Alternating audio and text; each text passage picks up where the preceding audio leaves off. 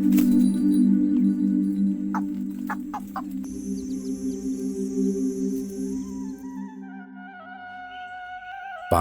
বিলগুলোতে একসময় এই বালিহাঁসগুলো ছিল খুবই সাধারণ, কিন্তু বর্তমানে এমন সব পাখিগুলো আর প্রায় চোখেই পড়ে না। আবার এমন ধরনের শাপলা বা কচুরিপানাযুক্ত বিল, খাল বা ডোবা অথবা তার ধারের হোগলা বনগুলো এমন সব ডাকে থাকত মুখর। দুঃখের বিষয় হলো, মাত্র কয়েক বছর আগেও যেখানে এমন ডাক শোনা যেত, সেখানে এখন আর এই ডাকগুলো শোনা যায় না। প্রাকৃতিক ঘড়ি বা বৃষ্টির আগমনী বার্তাবাহক অথবা বিরহের সুর বা গ্রামীণ শান্ত ও নির্মল পরিবেশের পরিচয় বহনকারী উদাসী এমন ডাকের অধিকারী পাখিটি আমাদের অতি পরিচিত এই পাখি, যার নাম ডাহুক বা পান পায়রা, ইংরেজিতে বলে হোয়াইট ব্রেস্টেড ওয়াটার হেন। এক একটি পূর্ণবয়স্ক ডাহুক পাখির ওজন মোটামুটি 160 থেকে 330 গ্রাম পর্যন্ত হতে পারে। খুব একটা ওজন না হলেও এই ওজনের কোনো বস্তু একটি পাতলা শাপলা পাতার উপর স্বাচ্ছন্দ্যে চলাফেরা করার জন্য কিন্তু উপযুক্ত নয়। তারপরও এরা কিন্তু দিব্যি এমন সব হালকা বস্তুর উপর দিয়ে স্বাচ্ছন্দ্যে চলাফেরা করতে পারে। আর সেটি পারে ওদের এই বিশেষ পায়ের গঠনের কারণে। পায়ের এই লম্বা ও ছড়ানো আঙ্গুলগুলো দেহের ওজনকে কোনো সংক্ষিপ্ত নির্দিষ্ট জায়গায় না ফেলে তা ছড়িয়ে দেয় অনেক বড় জায়গা জুড়ে। অর্থাৎ ওদের এই দেহের ওজন ছোট একটি জায়গার বদলে পড়ে বেশ বড় একটি জায়গার উপর। ফলে সেই বস্তুটি ওর দেহের ওজন ধরে রাখার জন্য নিজের অনেকটা অংশকে ব্যবহার করতে পারে এবং সে সহজে ডুবে যায় না। অনেকটা জাহাজ বা নৌকা যেভাবে জলের উপর ভেসে থাকে, নির্দিষ্ট ওজনের নৌকার জন্য নির্দিষ্ট ক্ষেত্রফল নির্ণয় করে জলের উপর তার ওজনকে ভাগ করে দেওয়া হয়। তবে ওদের পা আবার এতটাই বড় নয় যে সকল ওজন অনেক বড় জায়গার উপর ফেলতে পারে, যা ওদেরকে পাতাটির উপর সব সময় স্থির রাখতে পারে। ওদের দেহের ওজনকে আরও বেশি হালকা করতে ওদের রয়েছে বিশেষভাবে গঠিত ফুসফুস এবং হাড়। ফুসফুসে রয়েছে বায়ুথলি বা এয়ার সাক এবং বিশেষ হাড়, যার ভেতরটি ফাঁপা।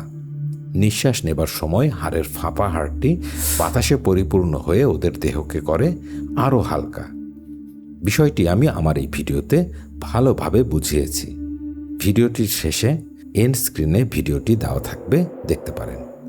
তবে ওরা যে জলের উপর একটি পাতা হতে অন্য পাতায় স্বাচ্ছন্দ্যে হেঁটে বেড়ায় তেমন নয়। ওরা কিন্তু সাঁতার কাটতে ওস্তাদ। প্রয়োজনে, অর্থাৎ গভীর জলে খাবার খোঁজার জন্য বা এক পার হতে অন্য পারে যাবার জন্য অথবা জায়গা বদলের মতো বিভিন্ন কারণে সাঁতার কাটে। আসলে ওরা উড়তে তেমন একটা পছন্দ করে না, তাই অনেক ক্ষেত্রেই শুধু পারাপারের জন্য সাঁতার কাটে। মূলত ওরা হেঁটে হেঁটেই ওদের কাজ সম্পন্ন করবার চেষ্টা করে। ওরা এই বিশেষভাবে গঠিত পায়ের মাধ্যমে পাতা হতে পাতায় ছুটে বেড়ায় খাবার সংগ্রহ করতে। তবে শুধু জলের উপরেই নয়, শুকনো পার, জলের উৎসের ধারের ঝোপের মতো জায়গাগুলো হতে ওদের খাবার সংগ্রহ করে। প্রাকৃতিক পরিবেশ ও তার বাস্তুতন্ত্রের জন্য অতি প্রয়োজনীয় এই পাখিরা মূলত সর্বভুক। মূল খাদ্য তালিকায় জলজ কিছু প্রাণী যেমন শামুক, ঝিনুক, জোঁক, কেঁচো বা ছোট কাঁকড়াসহ মশার লার্ভা, পিঁপড়া, ফড়িং, গুবরে পোকা, উই পোকা, ছোট মাছ ও ব্যাঙ এবং মাঝে মাঝে ছোট জলজ সাপ পর্যন্ত খেয়ে থাকে।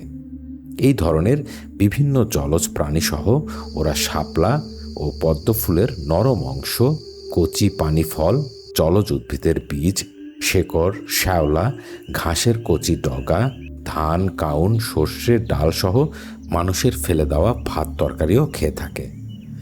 আপনি একটু চিন্তা করলে বুঝতে পারবেন এই প্রাণীগুলোর ভেতর কিছু প্রাণী যেমন জোঁক, মশার মতো প্রাণী ও কীট খেয়ে কিভাবে ওরা প্রকৃতিতে এদের সঠিক ভারসাম্য বজায় রাখতে সাহায্য করে। খাল বিল ভরাট করে অপরিকল্পিতভাবে বিভিন্ন স্থাপনা নির্মাণের কারণে পাখিগুলোর আবাস কমে আসায় ওদের সংখ্যা যেমন কমে যাচ্ছে, ঠিক তেমনি চোখ বা মশার মতো জীবগুলোর ব্যাপক বৃদ্ধি পরিবেশের জন্য দিন দিন হুমকি হয়ে উঠছে। সারা দিন হন্যে হয়ে কাদা ও জঙ্গলে খাবার সংগ্রহ করতে যেয়ে ওরা কিন্তু হয়ে যায় ক্লান্ত এবং অপরিষ্কার, যার জন্য ওদের প্রয়োজন হয় গোসলের। সত্যি, ওরা কিন্তু সাধারণ অন্যান্য পাখির মতো নয়। ওদের প্রত্যেক দিনের রুটিনে গোসল হলো অনেকটা বাধ্যতামূলক। নিজেকে পরিচ্ছন্ন ও পরিপাটি রাখতে ওরা কিন্তু খুবই সচেতন। এমনকি মিলিত হবার পরও দুইজনই ভালো করে গোসলের পর্বটি চুকিয়ে নেয়। গোসলের পর ওরা বেশ যত্ন করে নিজেকে যেমন শুকিয়ে নেয়, তেমনি নিজেদের পালকগুলোরও যত্ন করে। বিশেষ করে নিজেদের লেজের গোড়ার দিকে প্রিন গ্ল্যান্ড হতে প্রাকৃতিক তেল বা চর্বি ঠোঁটের মাধ্যমে নিজেদের লোমে ভালো করে প্রলেপ দেয়, যাতে সেগুলো ওয়াটারপ্রুফ হয়ে যায়। আর এভাবেই ওরা জল থেকে নিজেদের শরীরকে যেমন বাঁচায়, তেমনি জলের কারণে যাতে শরীরের ওজন বৃদ্ধি না পায় সেই ব্যবস্থাও করে নেয়। এই পাখিগুলোর ডাক সবচেয়ে বেশি শোনা যায় বর্ষাকালে, কারণ এ সময় ওদের যেমন খাবারের প্রাচুর্যতা বেশি থাকে, তেমনি এই সময়টি হলো ওদের প্রজনন মৌসুম। মেঘলা আকাশ বা প্রথম বৃষ্টির পর পুরুষগুলো সঙ্গীকে আকৃষ্ট করবার জন্য তীব্র স্বরে ডাকতে শুরু করে। বর্ষার প্রায় 4 মাসই এদের প্রজনন মৌসুম। এই সময় এদের ঠোঁটের গোড়ার কমলা রঙটি আরও গাঢ় ও উজ্জ্বল হয়ে ওঠে। মূলত হরমোনের পরিবর্তনের কারণেই এমন হয়। রঙটি পুরুষ ও স্ত্রীর ক্ষেত্রে প্রায় একই, সেজন্য কাছ থেকে এবং একসাথে পুরুষ ও স্ত্রী না থাকলে এদের মূলত আলাদা করা বেশ কঠিন। প্রজনন মৌসুম ছাড়া অন্য সময় এই রঙটি বেশ ফ্যাকাশে থাকে। বিভিন্ন ধরনের ঘাস, শন, পাতা, ডাল, যেমন বাঁশ বা বেতের ডাল সহ ওদের আশেপাশে পাওয়া বিভিন্ন উপকরণ দিয়ে দুইজন মিলে মাত্র 3 থেকে 4 দিনের ভেতরেই থালার মতো কিছুটা খোরলযুক্ত বা অগভীর বাসা তৈরি করে। আর এর ভেতরের বাটির মতো স্থানটি নরম করে শ্যাওলা, শুকনো ঘাস বা কচি পাতা এবং গাছের শেকড়ের মতো উপাদানগুলো দিয়ে। বাসাগুলো ওরা জলের একেবারে কাছে বা জলের কাছের কোনো ছোট ঝোপালো গাছে, এমনকি জলের কাছে খোলা জায়গাতেও তৈরি করে। আর ওরা এই বাসাতে মোটামুটি 6টি থেকে 7টি, এমনকি 8টি পর্যন্ত ডিম পারে। ওরা বাসাগুলোর স্থান নির্বাচন করে খাদ্যের প্রাচুর্যতা ও শিকারীর হাত হতে ডিম বাচ্চাদের রক্ষা করার জন্য। কিন্তু প্রকৃতি বড়ই নির্মম। এত সতর্কতা সত্ত্বেও কারো কারো এই প্রচেষ্টা ব্যর্থ হয়। বাহিরের নানা শত্রুর আবার প্রিয় খাদ্য ওদের ডিম ও বাচ্চা। এক্ষেত্রেও ওদের ডিমের উপর নজর পড়েছে এই সাপটির।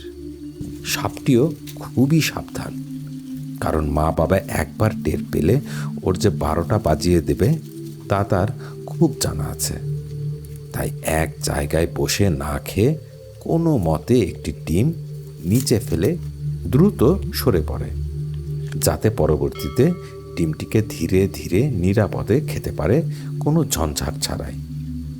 বাবা মা উভয়ই এই সময় ডিমে যেমন তা দেয়, তেমনি স্ত্রীটি যখন ডিমে তা দেয় তখন পুরুষ পাখিটি খাবার সংগ্রহের পাশাপাশি আশেপাশে রাখে তার সতর্ক দৃষ্টি, যাতে করে কোনো শত্রু যেন সহজে ঢুকে পড়তে না পারে। আর এই সুযোগটি নেয় কিছু অসাধু ও নিষ্ঠুর প্রকৃতির মানুষ।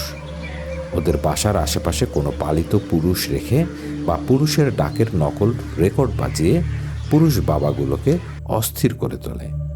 বাবা পাখিটি ভাবে হয়তো অন্য কোনো পুরুষের ওর স্ত্রী ও ডিম বা বাচ্চাগুলোর জন্য হুমকি হয়ে আসছে, তাই সে তেড়ে আসে সেটিকে দূরে সরিয়ে দেবার জন্য।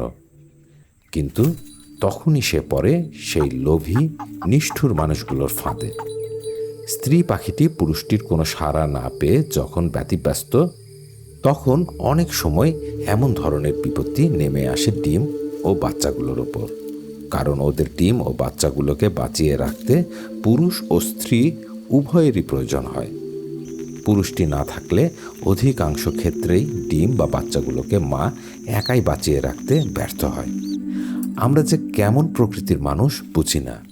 এই সামান্য একটু মাংসের লোভও কি ত্যাগ করা যায় না? আমরা কি কোনোদিনও মানুষ হতে পারবো না?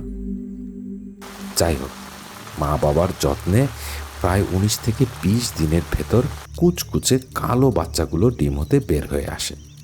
কিছুদিন মা বাবা মিলে ওদের খাবার জোগাড় করে। তবে মাত্র 24 থেকে 30 দিন বয়স হলেই বাবা মার সাথে নিজেরাও বেরিয়ে পড়ে খাদ্যের সন্ধানে। ধীরে ধীরে এগুলো বড় হয়ে ওঠে আর প্রকৃতির বাস্তুতন্ত্রের ভারসাম্য রক্ষায় নিজেদের স্থান করে নেয়। এমনই আরও একটি দেশি পাখি হলো কানাকুয়া। স্বভাব কিছুটা হিংস্র হলেও এরা কিন্তু আমাদের পরিবেশের জন্য অতি অতি প্রয়োজনীয়। সেটা কেন এবং কিভাবে তা জানতে নিচের ভিডিওটি দেখতে পারেন।